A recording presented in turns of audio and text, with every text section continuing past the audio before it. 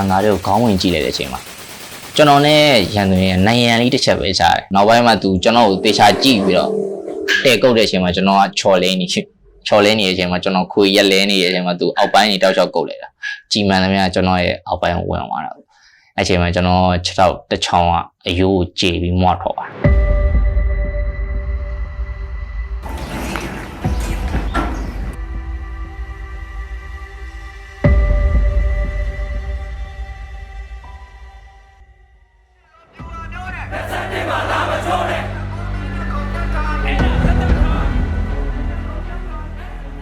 Many young people in Myanmar joined the resistance to the 2021 military coup following the crackdown on anti-coup protests. Some, like Lion, took up arms to oppose the regime which seized power in Naypyidaw after the coup.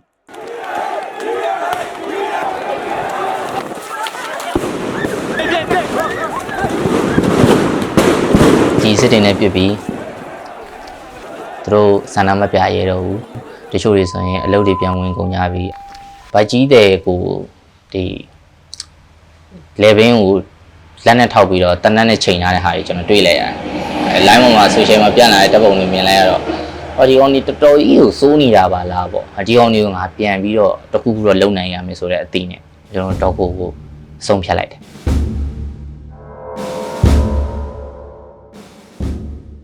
Lion arrived to Karen State to receive military training from the Karen National Union. ကျွန်တော်ရဲ့အကောင်းဆုံးကျွန်တော်ကိုကျွန်တော်ပြောင်းလဲနေတာတော့ခန္ဓာကိုယ်ကြက်ခိုင်မှုပဲပုံမှန်ပြီးတယ်သူများတမိုင်ပြီးနိုင်ကျွန်တော်တမိုင်ကြုံပြီးနိုင်အောင်ကျွန်တော်ကြိုးစားတယ်သူများ9မိုင်ပြီးနိုင်ကျွန်တော်9မိုင်ကြုံပြီးနိုင်အောင်ကြိုးစားတယ်ကျွန်တော်ရဲ့တက်လုံးကျွန်တော်အကြမခံ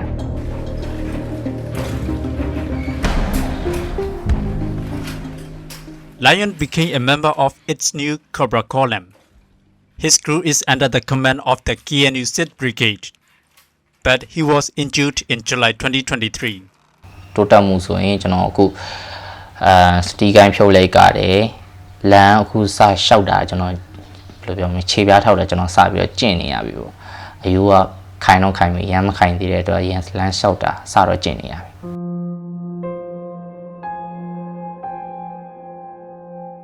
Before the 2021 military coup, Lion was like all young people in Myanmar trying to find a career. He wanted to become a tattoo artist in Yangon. Life as a revolutionary in the jungle along the Myanmar-Thailand border was tough for him. ဝေးပြေကားကြီးကိုရောက်တော့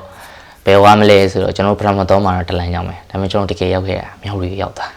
မြောက်ရီရောက်တော့အဲ့ရနေမြောက်ရီရောက်တော့မြောက်ရီကနေတစင်းချိတ်ပြီးတော့ကျွန်တော်တို့လေကကောမြို့လေးကိုကျွန်တော်တို့ရောက်ခဲ့တယ်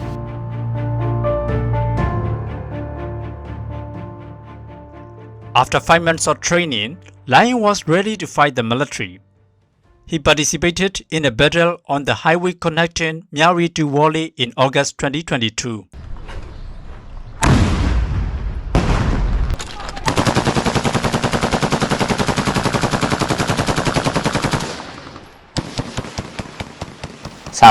first time ကြုံမှုရဆိုရင်ဒီတုံးတက်ကိုပေါ့တုံးတက်ကိုတိုက်ပွဲပဲအဲ့မှာပဲကျွန်တော်ပထမဆုံးကြုံမှုလိုက်တာပေါ့အဲ့မှာကျွန်တော်တို့ထမင်းစားနေတန်လန်နဲ့ဟိုကောင်းကြီးတိုးတက်လာတာမြင်လိုက်ကြတာမိုးတိတ်ခါစားတိုးတက်လာတော့တယောက်ကမြင်သွားပြီးတော့ကျွန်တော်တို့အဖွဲ့တွေကတယောက်ကမြင်သွားပြီးတော့ဟိုကောင်းလေးတက်လာပြီဆိုပြီးအမှစပြစ်တာအမှပြတ်တော့ကျွန်တော်လူတော့မမြင်ရဘူးဒါပေမဲ့သူတို့တက်လာမဲ့လမ်းကြောင်းကျွန်တော်လိုက်ရှာပြီးတော့ပြစ်ကြတယ်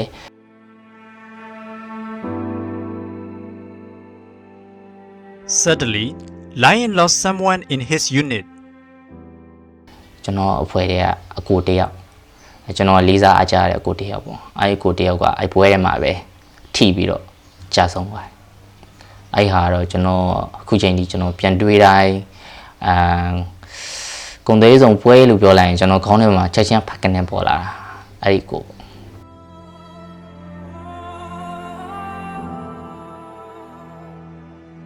Lion's most recent fight was in 2023.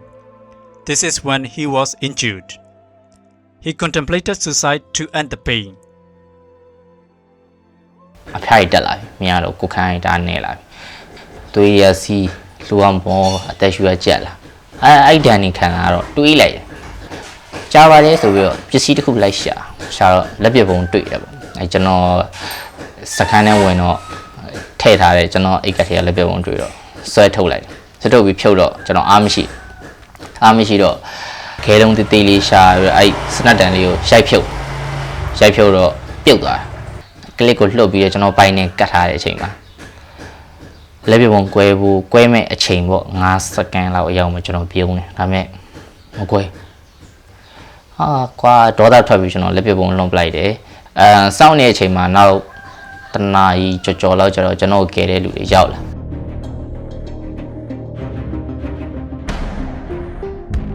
ဆေးရုံရောက်တော့လေကျွန်တော်6ယောက်ကဖြတ်ကမလို့မဖြတ်ကမလို့အဲ့လိုပေါ့အတဲ့ကိုဖြတ်ကဘောရခိုင်တော့တော်တော်များ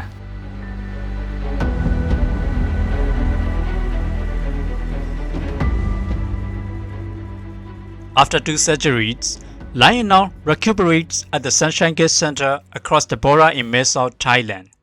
This is where injured resistance fighters come to heal their wounds, both physical and psychological. Their life is changed immediately. Before they are normal youth like others, that they lost their leg or hand or body part immediately. So they stop facing situation is serious pain. It's not only physical, also mental. So for the kind of this solution, everyone have a new issue. So I don't know how to explain about this, but all I can say is I stay together with them, I stand with them, I feel with them like a family.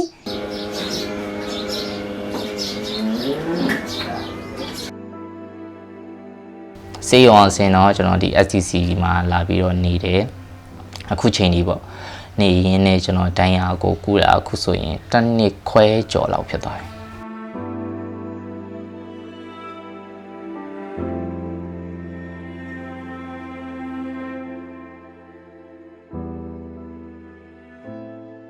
Lion, like all other wanted resistance fighters here, wants to get better and return to Myanmar. They want to continue the fight to uproot the military. To pass the time, Lion has learned to put his passion for tattooing into painting. ပချီဆွဲပြီးသွားရင်အပချီကရောင်းလို့ရလာမဲ့ငွေကြေးပေါ့ငွေကြေးကိုကျွန်တော်ဒေါ်လာရေးပဲသွားခိုင်းပြီးရင်ကျွန်တော်ပချီပစ္စည်းပြန်ဝယ်ဖို့ပတ်စံထားရမယ်ပြီးရင်ပြန်ဝယ်မယ်ဆွဲမယ်ကျွန်တော်လက်ရှိလုပ်နိုင်တဲ့အရာပေါ့အဲ့ဒါပေါ့